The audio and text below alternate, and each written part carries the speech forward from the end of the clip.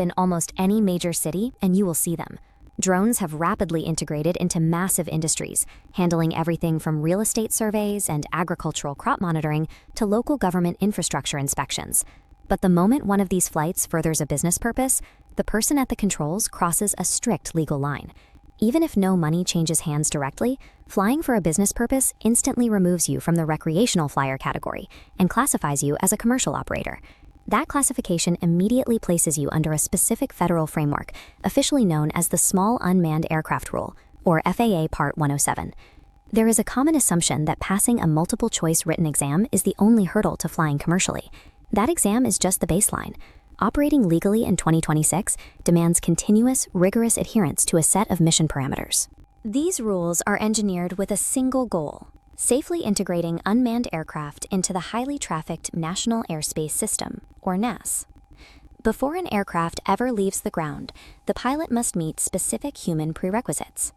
To obtain a remote pilot certificate, you must be at least 16 years old and demonstrate full fluency in reading, speaking, and writing English. You then have to prove your technical competence through an initial aeronautical knowledge test. You are tested on complex aviation concepts, from airspace classification and emergency procedures to weather effects and aerodynamics. The hardware has its own prerequisites. Any aircraft weighing more than 0.55 pounds, about 250 grams, requires mandatory FAA registration. That registration costs $5, is valid for 3 years, and requires you to physically and legibly mark the exterior of your drone with your registration number. This diagram illustrates the standard flight envelope, starting with your vertical limits. You have a hard ceiling of 400 feet above ground level. Above ground level, or AGL, is the exact distance between the aircraft and the ground directly below it. The only exception is if you are flying within 400 feet of a structure, which allows you to fly up to 400 feet above that specific structure's uppermost limit. Your horizontal boundaries are dictated by visual line of sight, meaning the remote pilot must be able to see the aircraft with their own eyes at all times.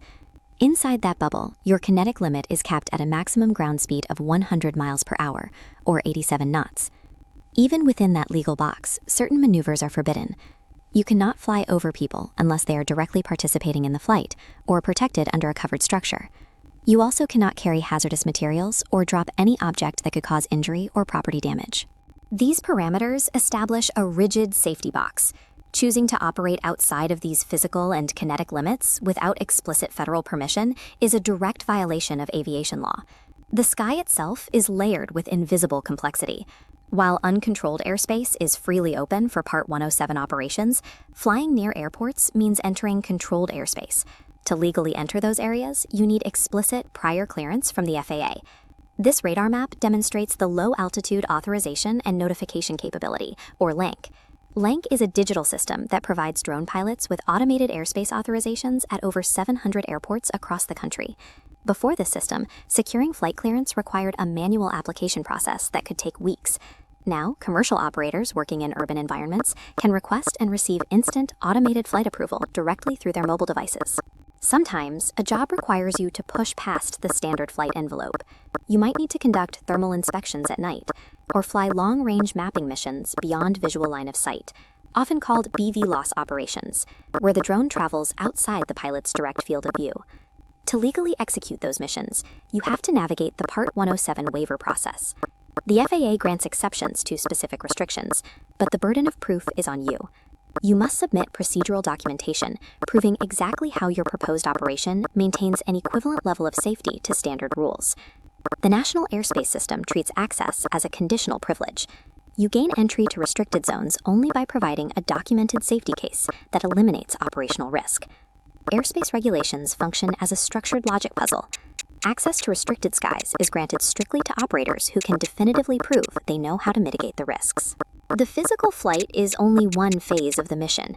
A compliant, legal operation does not end the moment the aircraft touches back down on the landing pad.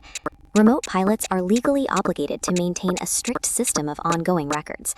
You need to consistently log your pilot certificate information, document every pre-flight inspection, and track aircraft maintenance and modification histories.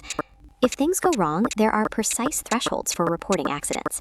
You have a strict 10-day window to notify the FAA if an incident results in serious injury, a loss of consciousness, or property damage exceeding $500, not counting the cost of the drone itself. The regulatory landscape requires constant adaptation. In the year 2026, commercial operators must comply with technologies like remote ID. Remote ID acts as a digital license plate, broadcasting the drone's location and identification information in real time to local authorities and other airspace users. Achieving long-term compliance extends far beyond minimum test requirements. It requires building standardized operating procedures, utilizing checklists for every flight, and committing to continuous currency training to keep your skills sharp. The organizations that thrive in this industry treat commercial drone operations with the exact same rigor, respect, and discipline expected in manned aviation. FAA Part 107 provides the foundational architecture for aerial safety in the United States. Mastering its operational parameters, adapting to its updates, and executing its administrative duties are the defining disciplines that separate amateur flyers from professional aviators in the national airspace.